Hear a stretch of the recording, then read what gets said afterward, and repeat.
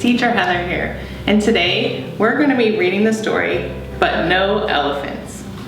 So let's get into it. Grandma Tildy lived all alone. She worked hard every day. She had no time to play. One day, a man came to her house. He was selling pets.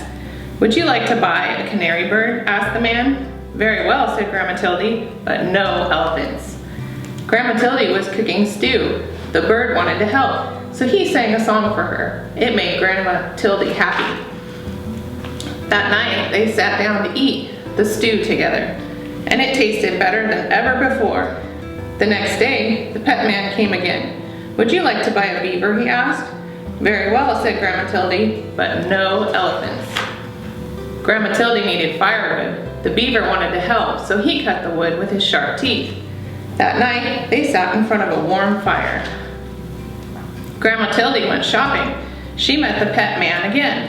"Would you like to buy a turtle?" he asked. "Very well," she said, "but no elephants." Grandma Tildy was tired. The turtle wanted to help, so he carried her home on his back. That night, Grandma Tildy washed the turtle and put him to bed. The next day, it rained hard. The roof started to leak. Then someone knocked at the door. It was you-know-who. "Would you like to buy a woodpecker?" the pet man asked. "Very well," said Grandma Tildy, "but no elephants." The woodpecker wanted to help, so he nailed the roof down tight. The dripping stopped.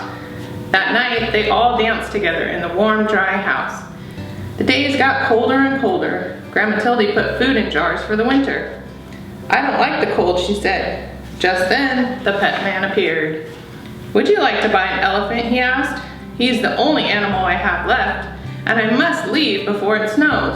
"No, no elephants," shouted Grandma. She went back to her work. The pet man left.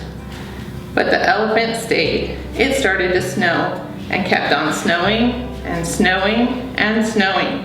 "No elephants," said Grandma Tildy, but the elephant would not go. They could not see the elephant now, but they could hear him crying. They felt sad. "Very well," called Grandma Tildy. "You may come in." The elephant was as happy as could be. But the elephant had a problem. He could not get through the door. They all helped to push him inside. "Oh dear," said Grandma Tildy. "I hope the floor is strong. This is a very old house." Outside, the snow kept falling, but inside the house it was cozy and warm. Everyone hoped winter would go away and spring would come soon. That night, there was a terrible crash. The elephant had fallen through the floor. "We cannot fix this," said Grandma. "You will just have to stay there." The winter was long, and soon the firewood was gone. The elephant was also hungry. He kept eating and eating and eating until all the food was gone. "We cannot leave, or we will freeze," said Grandma Tildy.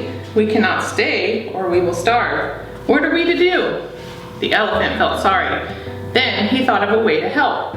He started to walk. He walked and walked and walked and walked.